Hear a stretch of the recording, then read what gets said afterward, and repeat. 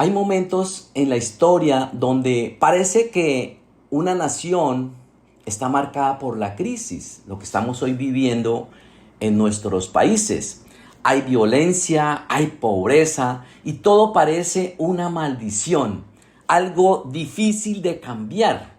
Pero la historia nos muestra que cuando cambian los principios, la visión y el rumbo, lo que parecía una maldición puede transformarse en una bendición. Por ejemplo, en El Salvador, los que son del Salvador son unos bendecidos. Durante muchos años fue considerado uno de los países más peligrosos del mundo. Había violencia, habían pandillas, el miedo dominaba muchas comunidades. Parecía que el destino de esa nación estaba marcado. Sin embargo, en los últimos años comenzaron cambios muy fuertes en seguridad, un gobierno increíble y muchas zonas que antes vivían bajo el temor hoy experimentan una tranquilidad y esperanza. Algo similar ha pasado en otros países, por ejemplo en Argentina, momentos de crisis económica. Y este país estaba enfrentando dificultades muy profundas. Muchas personas se sentían perdidas, pero la historia ha demostrado que con decisiones correctas, con esfuerzo colectivo y un cambio de dirección, una nación puede levantarse nuevamente, como las naciones vecinas, como nuestros países. Esto nos enseña un principio poderoso. Lo que parece una maldición no tiene que ser el final de la historia. Por eso hoy quiero compartirles una palabra que he titulado De maldición a bendición. Y quiero comenzar con esta palabra que está en Juan 8, del 1 al 11. Se las voy a leer. Jesús regresó al monte de los olivos, pero muy temprano a la mañana siguiente estaba de vuelta en el templo. Pronto se juntó una multitud y él se sentó a enseñarles. Mientras hablaba, los maestros de la ley religiosa y los fariseos le llevaron a una mujer que había sido sorprendida en el acto de adulterio. La pusieron en medio de la multitud y le dijeron: Maestro, esta mujer fue sorprendida en el acto de adulterio. La ley de Moisés manda apedrearla. ¿Tú qué dices? Intentaban tenderle una trampa para que dijera algo que pudiera usar en su contra. Pero Jesús se inclinó y escribió con el dedo en el polvo. Como ellos seguían exigiéndole una respuesta, él se incorporó nuevamente y les dijo: Muy bien, pero el que nunca haya pecado que tire la primera piedra. Luego volvió a inclinarse y siguió escribiendo en el polvo. Al oír eso, los acusadores se fueron retirando uno tras otro, comenzando con el de más edad, hasta que quedaron solo Jesús y la mujer en medio de la multitud. Entonces Jesús se incorporó de nuevo y le dijo a la mujer: ¿Dónde están los que te acusaban? Ni uno solo de ellos quedó. Ni uno solo, Señor, dijo ella. Pues yo tampoco, le dijo Jesús. Vete y no peques más. Muchas veces en la vida hay momentos en que nos sentimos que todo se acabó. Momentos en los que los errores, el pecado o las decisiones equivocadas parecen que nos marcaron, nos pusieron un título para siempre. Y así estaba esta mujer. La trajeron delante de todos, como humillada públicamente. Imaginémonos esa escena, pobrecita. Ella estaba rodeada de acusadores.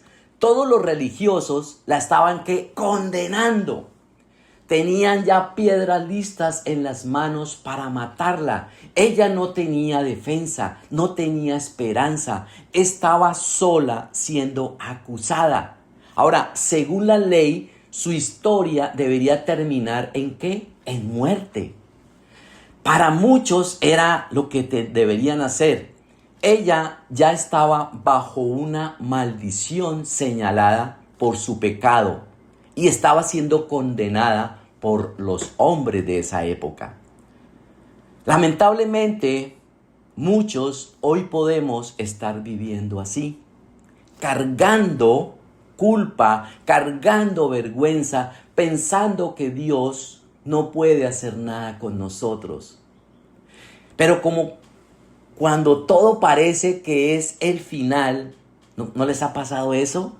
Es cuando la gracia de Dios aparece y cambia nuestra historia, como le pasó a Carlitos. Dice, esto ya se estaba acabando hasta que de pronto mi esposa le dio por llamar y buscar a este ministerio. Y algo cambió. Apareció la gracia de Dios en su vida. Ahora, Jesús no respondió inmediatamente. Dice la palabra que él se inclinó y escribió en la tierra y luego dijo una frase que lo cambió absolutamente todo. El que nunca haya pecado, ¿qué? Que tire la primera piedra. Ahora, Jesús no ignoró el pecado, pero tampoco permitió que la condenaran. ¿Y qué pasó? Pues todos fueron confrontados. Y uno por uno dice la palabra que comenzaron a irse. La multitud que hizo bajó la cabecita como un perro regañadito y se tuvieron que ir. La condenación se fue, la culpa se fue, desaparecieron. Y esto nos enseña algo, es que cuando nuestro Señor entra en escena, la gracia comienza a silenciar las voces de acusación. Entonces, la palabra nos enseña que todos hemos pecado y estábamos bajo condenación, pero esta historia muestra que aún el pecado nos pone en una posición de juicio, pero Dios tiene la última palabra. Así que veamos cómo Dios convierte lo malo, lo desechado, lo imposible en una bendición.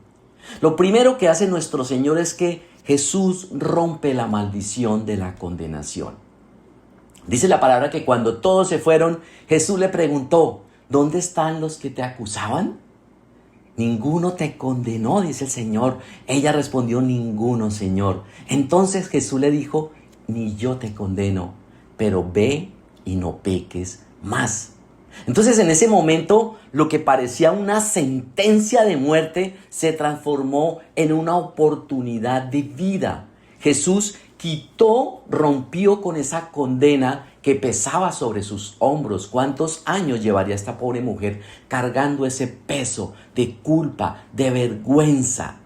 Y dice la palabra en Romanos 3, del 23 al 24, pues todos hemos pecado. Nadie puede alcanzar la meta gloriosa establecida por Dios. Sin embargo, en su gracia, Dios gratuitamente nos hace justos a sus ojos por medio de Cristo Jesús, quien nos liberó del castigo de nuestros pecados. Dice ahí, un sin embargo en su gracia. Cuando creemos en Jesús, cuando lo conocemos, la condenación que pasa desaparece. ¿Por qué? Porque nuestro Señor Jesucristo pagó un precio por nosotros. Donde había maldición, Jesús declara misericordia. Dice la palabra en Romanos 8:1, por lo tanto ya no hay condenación para los que pertenecen a Cristo Jesús. Iglesia, una de las cargas más pesadas que puede llevar una persona es la condenación. No es solamente el recuerdo del pecado, sino esa voz interna que nos dice, no sirves para nada. Dios no te la va a perdonar. Tu vida no tiene remedio. No hay ninguna opción. Entonces la condenación que hace, encadenar nuestra mente, nos roba la paz y destruye la esperanza. Sentimos que ya no hay nada que hacer. Entonces, la condenación lo que hace es que nos recuerda el pasado, pero la gracia de Dios nos recuerda nuestra nueva identidad como hijos de Dios, redimidos, perdonados, justificados, santos. Entonces, ¿qué pasaba? La ley mostraba el pecado, pero no podía libertar completamente a las personas de la culpa. Por eso muchas personas vivían con el peso de sentirse indignas, como le pasó a esta mujer sorprendida en adulterio. Pero ¿qué hace Jesús? Jesús desarma lo que es la condenación. En ese momento ocurre algo espiritual. La culpa se remueve, se quita, se rompe. La condenación fue cancelada por completo y esta mujer recibió una nueva oportunidad, como todos la hemos recibido. Jesús rompió esa maldición que pesaba sobre ella. La cruz rompió definitivamente la condenación.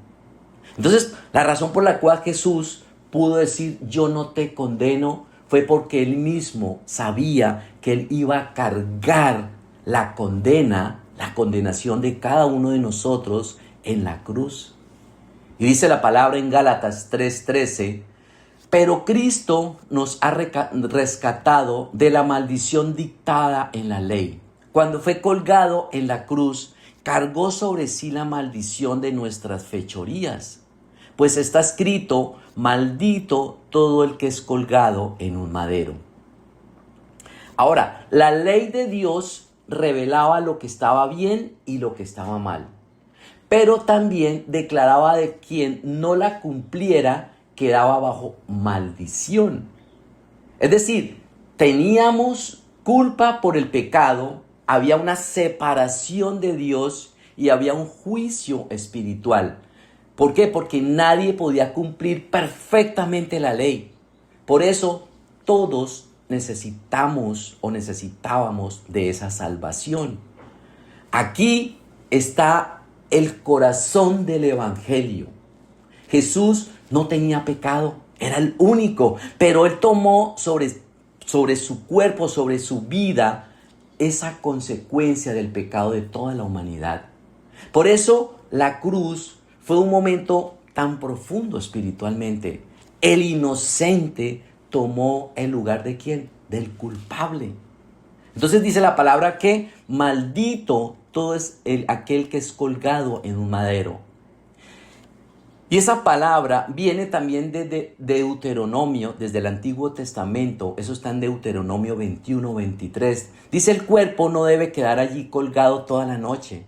Habrá que enterrarlo ese mismo día, porque todo el que es colgado es maldito a los ojos de Dios.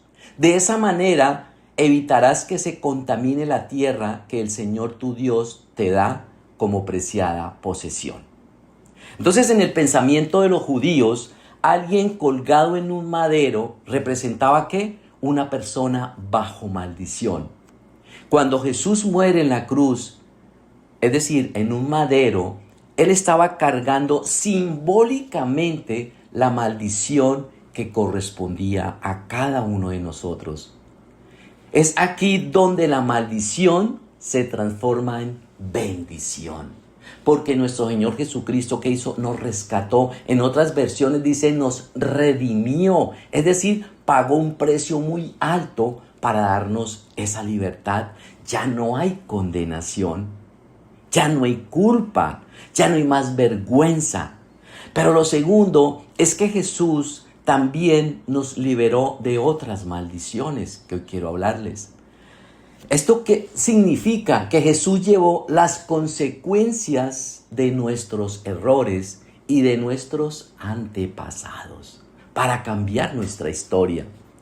Por ejemplo, uno de ellos es la maldición del pecado. Dice la palabra en Isaías 59:2, son sus pecados los que los han separado de Dios. A causa de esos pecados, Él se alejó y ya no los escuchará. Entonces, el pecado que hizo rompió la relación que Dios diseñó desde el principio. Dios nos creó para vivir en comunión con Él. Pero el pecado produjo dolor, separación espiritual, pérdida de nuestra bendición. Pero Jesús, Él vino a ¿qué? A restaurar esa relación con nuestro Señor. Por eso podemos entrar confiadamente al lugar secreto, al lugar altísimo, porque ya podemos tener una relación con nuestro Señor, con nuestro Padre Dios. Jesús vino a restaurar esa relación, pero también a restaurar nuestras relaciones, a restaurar nuestros matrimonios. El Señor vino y restauró nuestro matrimonio como el de muchos de ustedes. Eso hizo la cruz. El Señor convierte esa maldición que traíamos, porque quizás muchos íbamos a repetir esa maldición de divorcio. Pero ¿qué hizo el Señor? Allá, como Jenicita, levantó la mano, auxilio, necesito restaurar mi matrimonio. El Señor la escuchó y Él cambió esa maldición en bendición. Y hoy sus hijos, estoy seguro, que van a continuar con esta bendición, sus nietos. Porque aquí se rompe esa maldición. El Señor convierte esa maldición en un testimonio de restauración para otras familias. Por eso nos encanta poner esos testimonios, para ver la gloria de Dios, cómo se manifiesta en la restauración de nuestra vida a pesar de nuestros pecados. Es que este hombre fue infiel y no merece una restauración, pero el Señor dice, yo ya pagué por el pecado de este hombre y merece una restauración. ¿Por qué no? Una nueva oportunidad. Dice la palabra en Romanos 5:8. Pero Dios mostró el gran amor que nos tiene al enviar a Cristo a morir por nosotros cuando todavía éramos pecadores. El pecado de cada uno de nosotros, Dios lo convierte en bendición. Lo que el enemigo quería convertir en algo malo, en dañarnos, Dios restaura. Así como les decía, este país de Salvador a mí me impacta muchísimo. Era uno de los países más inseguros del mundo y hoy es uno de los países más seguros del mundo. Dios cambió esa maldición en bendición. El Señor dice que el poder de Dios está sobre el pecado. Es decir, donde sobreabunda el pecado, sobreabunda la misericordia de Dios. Él convierte nuestros errores en bendiciones. Lo segundo también es que Él rompió la maldición de la enfermedad y el dolor. Jesús llevó todas nuestras enfermedades, sufrimientos, dolencias. Dice la palabra en Isaías 53:5, pero Él fue traspasado por nuestras rebeliones y aplastado por nuestros pecados. Fue golpeado para que nosotros estuviéramos en paz. Fue azotado para que pudiéramos ser, ¿qué? Sanados. Lo que el Señor Jesucristo sufrió físicamente en esa cruz, recuerdan tantos golpes, a Él le dieron azotes, heridas, tuvo dolor. Todo esto muestra que Él asumió el sufrimiento del ser humano. Por eso nosotros cuando oremos, creamos y declaremos que por sus llagas, por esas heridas, nosotros somos sanos, nuestra familia, nuestros hijos, nuestros nietos. Porque Jesús dice que maldito es el que colgado en un madero, y Él llevó, dice, todas nuestras enfermedades. Ahora, también la Biblia habla de que no toda enfermedad es una maldición personal. En el Evangelio de Juan, Jesús explicó que un hombre nació ciego, no por su pecado ni por el pecado de sus padres, sino, dice la Biblia, para que se manifestara la obra de Dios. Ahora, por otro lado, una enfermedad puede ser pasada genéticamente. No solo las enfermedades fisiológicas, sino también hay enfermedades psicológicas, hay enfermedades emocionales y espirituales que son pasadas genéticamente. Pero el hecho de que exista esta maldición en nuestra línea generacional, ojo con esto, no significa que deba caer sobre nosotros. Nosotros podemos tomar decisiones sanas que la mantengan a la raya. Por ejemplo, en mi caso, mi mamá sufrió una enfermedad de hipertensión. Tengo un hermano que es hipertenso, tías, mi abuela, hipertensos. Por esa línea generacional venía la hipertensión. A mí en un momento trató de tocarme y ha tratado de tocarme, pero ¿yo qué he hecho? Me he mantenido firme declarando la sangre de Jesucristo, rompiendo esa enfermedad sobre mi vida. Y por eso es tan importante trabajar en nuestra sanidad interior. ¿Por qué? Porque nosotros no vamos a dejar reactivar una enfermedad de esas en nuestra vida. Yo soy quien tengo que tomar la decisión si como mal. Si yo me pongo a comer mal, grasita, a no hacer ejercicio, a subir de peso, pues voy a repetir esa maldición. Pero yo soy quien la contrarresto. Primero, declarándola, la sangre de Jesús. Pero segundo, yo tomo la decisión de decir, eso no va conmigo. Mi mamá se alimentaba mal. Ella no hacía ejercicio. Yo digo, pues yo voy a hacer lo contrario. Yo sí me voy a alimentar bien. Yo me voy a cuidar. Yo no voy a comer comida chatarra. Yo tengo que cuidar este cuerpo. Por lo tanto, esa maldición no me toca. Y ahí me mantengo midiéndome mi presión. Me mantengo cuidándome porque no me toca. Pero sí podemos nosotros diariamente, y yo lo hago, iglesia, hagámoslo diariamente. Oremos, declaremos el poder de la sangre de Jesús. Yo les digo algo, iglesia. Una maldición se rompe en el momento en que creemos. En el momento en que lo declaramos. El Señor lo dejó escrito, pero yo tengo que declararlo. Esa maldición ya no va conmigo. Esa maldición de divorcio, esa maldición de enfermedad, eso ya no va conmigo. Porque el Señor ya pagó un precio en la cruz por nosotros y nos hizo libres. También llevó la maldición de la vergüenza. Dice Hebreos 12:2. Fijemos la mirada en Jesús, el iniciador y perfeccionador de nuestra fe, quien por el gozo que le esperaba soportó la cruz, menospreciando la vergüenza que ella significaba, y ahora está sentado a la derecha del trono de Dios. Cuando nosotros pecamos, como le pasó a Adán y a Eva, nos queremos esconder de Dios. Sentimos tanta vergüenza que decimos, Señor, no me mires. Creemos que no merecemos el amor ni el perdón de Dios ni de los demás. Esa es la vergüenza. Pero la cruz o la crucifixión en esa época era una de las muertes más vergonzosas y humillantes que habían.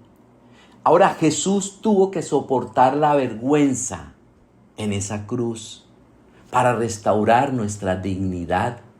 Entonces, ¿qué pasa? Hoy ya nosotros tenemos un valor propio. Somos importantes para Dios a pesar de Jesús nos da una nueva oportunidad. Él transforma esa vergüenza, todo eso horrible, ese pasado. Uy, no, yo como fui sucio, yo como hice tantas cosas horribles. Esa vergüenza a veces nos acompaña y decimos, no merezco el perdón. Es que fue tan horrible lo que yo hice. Pero Jesús nos dice, yo te doy otra oportunidad. Pero nos aclara algo. Ve y no peques más. Él transforma esa vergüenza en gracia, en un nuevo comienzo. Recordemos la mujer samaritana. Ella tenía un pasado bien oscurito. Era rechazada por la sociedad.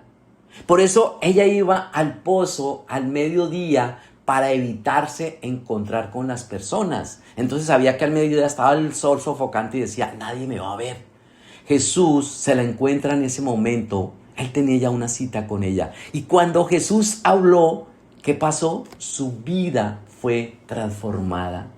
¿Quién llegó a ser esta mujer? También nuestro Señor llevó la maldición de la muerte espiritual. La muerte espiritual la llevó nuestro Señor. Entonces recordemos, denme un segundito, ¿qué pasó? En Romanos 6:23 dice, porque la paga del pecado es muerte, mientras que el regalo de Dios es vida eterna en Cristo Jesús, nuestro Señor. Ahora, el pecado produce muerte espiritual y muerte eterna. Es decir, significa que estar separados de Dios, quien es la fuente de vida espiritual, es una condición muy difícil. Yo no me puedo imaginar vivir lejos de Dios, vivir lejos de esa comunión con Dios. Para mí Dios lo es todo en mi vida. Yo necesito de su presencia todos los días, a toda hora Dios. Yo no me imagino una separación. Debe ser lo más terrible que a un ser humano le puede pasar. Y ahora nosotros tenemos que conocer cuáles son esas señales para saber si tenemos muerte espiritual. Porque podemos conocer del Señor, pero podemos estar mal espiritualmente. Entonces, aquí quiero hablar de algunas señales que quizás podamos tener los cristianos. Una puede ser un corazón endurecido. Otra puede ser si vivimos dominados todavía por el pecado. Hay muerte espiritual. Si vivimos sin sensibilidad hacia Dios. Que ya es otra vez a esa reunión. Otra vez ponen alabanza. No hay sensibilidad. Otra vez oración. Qué pereza. Si quizás no entendemos las cosas espirituales. Leemos y dice, pero yo no entiendo nada.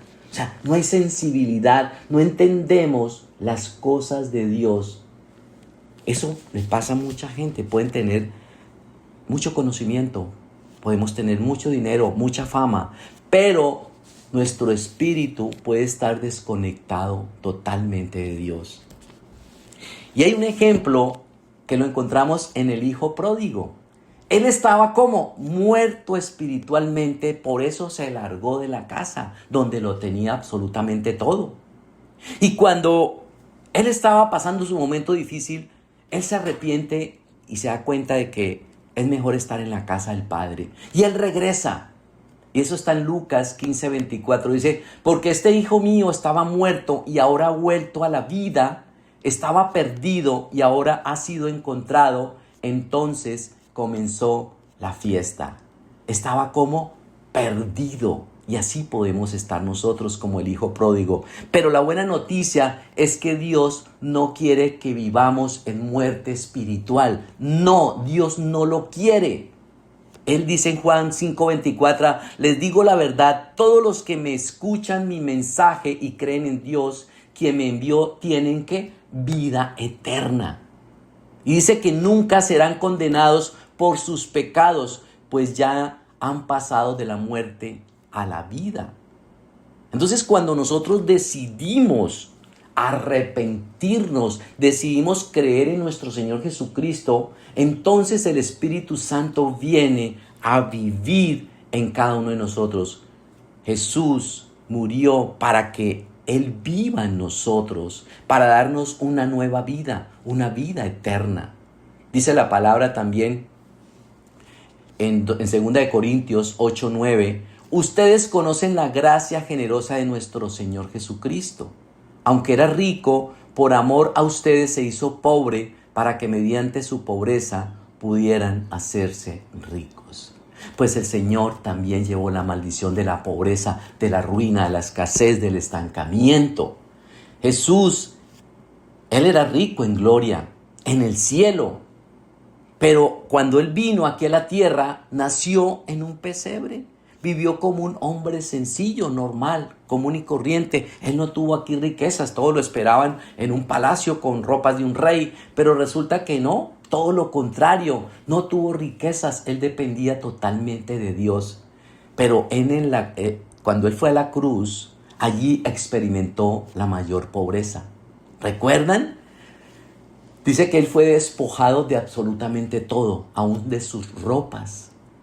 Recordemos que los soldados se repartieron sus ropas. Jesús tomó ese despojo para que nosotros recibiéramos provisión, vida abundante, para que nosotros no viviéramos en escasez espiritual ni en escasez económica, sino que Él quiere que nosotros vivamos en abundancia, abundancia de todo, pero sobre todo abundancia de la gracia de nuestro Señor. Entonces, ¿qué significa que somos enriquecidos? Pues la riqueza que el Señor nos da es integral. Es una riqueza espiritual, es decir, tener una vida con nuestro Señor. Es una riqueza de paz. Podemos dormir, podemos tener paz en medio de las tormentas. Es una riqueza de salvación. Es una riqueza de propósito. Hay provisión de Dios para nuestra vida. Así que la mayor riqueza es tener a Dios en nuestra vida. Él llevó la maldición de la pobreza. Declarémoslo. Todos los días cuando oremos, declaremos y rompamos esa maldición sobre nosotros. Rompamos la maldición sobre nuestros hijos de la pobreza, de la ruina, de las deudas, de la derrota, del fracaso, de la escasez. Rompámosla porque Jesucristo nos lo dice en su palabra y nosotros lo tenemos que declarar. Por último, como tercer punto, la bendición comienza con una nueva vida. Cuando Jesucristo le dijo a la mujer, ni yo te condeno, ve y no peques más, le estaba dando más que perdón. Él estaba dando que una nueva vida. ¿Quién era esta mujer?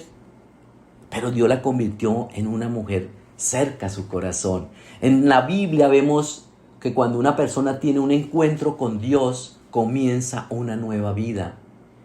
Y con ella llega nuestra bendición. El pasado oscuro no impide que nosotros tengamos un futuro bendecido. Hay un ejemplo que es el de Zaqueo. ¿Recuerdan que Zaqueo era un cobrador de impuestos que le caía mal a todo el mundo porque abusaba del pueblo? Y él era rechazado y era visto como un pecador. Pero cuando Jesús llegó a su vida y cuando él lo vio, dijo, sígueme, Zaqueo. Y pues todo el mundo dijo, pero ¿cómo así este tipo va a seguir a Jesús? Y dice la Biblia en Lucas 19, del 6 al 9, dice, Zaqueo bajó rápidamente y lleno de entusiasmo y alegría, llevó a Jesús a su casa, pero la gente estaba disgustada y murmuraba, ¿fue a hospedarse en la casa de un pecador de mala fama? Mientras tanto, Zaqueo se puso de pie delante del Señor y dijo, Señor, daré la mitad de mi riqueza a los pobres, y si estafé a alguien con sus impuestos, le devolveré 4 veces más. Jesús respondió, la salvación ha venido hoy a esta casa, porque este hombre ha demostrado ser un verdadero hijo de Abraham, pues el Hijo del Hombre vino a buscar y a salvar a los que están perdidos. Dios nos transforma y nos da un nuevo propósito. Antes de conocer a nuestro Señor Jesucristo, ¿cómo vivíamos? Mal, en pecado, en culpa, teníamos heridas, no teníamos propósito, pero ahora Él nos recuerda algo lindo y es que somos hijos de Dios, que tenemos planes, propósitos en nuestra vida. Por eso dice la palabra que si alguno está en Cristo, ¿qué? Nueva criatura es, las cosas viejas pasaron, el Señor hace todo nuevo en nuestra vida. Dios no solo quiere sacarnos de la maldición, Él quiere darnos una nueva vida. Ahí donde comienza nuestra bendición. Él nos dio una palabra este año para la iglesia. Es el año de la restitución, es el año de la libertad, es el año de la bendición. Tenemos es que creerlo, declararlo. Dice la palabra en Gálatas 3:14, mediante Cristo Jesús, Dios bendijo a los gentiles. ¿A quién? A nosotros los gentiles, con la misma bendición que le prometió a Abraham, a fin de que los creyentes pudiéramos recibir por medio de la fe al Espíritu Santo prometido. Miren, cuando Dios empieza a bendecirnos, la primera señal es la transformación de nuestro interior. Como dijo Carlitos, a mí Dios me transformó, me cambió. Algo pasó en mi interior. El Señor nos cambia los pensamientos, cambia nuestros deseos, cambia las prioridades. Antes buscábamos cosas que nos alejaban de Dios. ¿Ahora qué? Ahora buscamos a Dios con un anhelo. Él nos prometió que nos daría un nuevo corazón, que pondría un espíritu nuevo dentro de nosotros, lo dice su palabra. Pues por eso que ya no podemos seguir viviendo como si todavía cargáramos con una maldición. No, porque estaríamos rechazando la obra de la cruz, recordando nuestro pasado, viviendo con culpa y creyendo que Dios no nos puede perdonar. No tenemos que vivir bajo la condenación cuando ya nuestro Señor Jesucristo pagó un precio. El único que condena es el diablo, ya nadie nos puede condenar. Entonces ahora hay paz en medio de nuestras luchas diarias. La bendición de Dios no significa ausencia de problemas, sino significa su presencia y esa paz en medio de los problemas. Ya no hay ansiedad, ya no hay desesperación, ya no hay temor. Ahora el Señor abre nuevas puertas, puertas que estaban cerradas. Dios abre puertas. nuevas oportunidades. Dios nos lleva a nuevos niveles. ¿Se han notado? Yo desde que conocí al Señor mi vida cambió. He ido creciendo poco a poco. Dios nos conecta con personas correctas. Dios hace cosas maravillosas. Entonces la cruz no solamente perdonó nuestros pecados, sino que abrió una puerta para el que creyera en nuestro Señor Jesucristo recibiera al Espíritu Santo. No necesitamos añadir nada a nuestra fe. La bendición de Dios ya es nuestra en Cristo Jesús. Por eso quiero que cerremos los ojos. Dios quiere transformarnos. Dios quiere darnos un nuevo comienzo. Un encuentro con Jesús puede cambiar una vida marcada por la maldición en una vida llena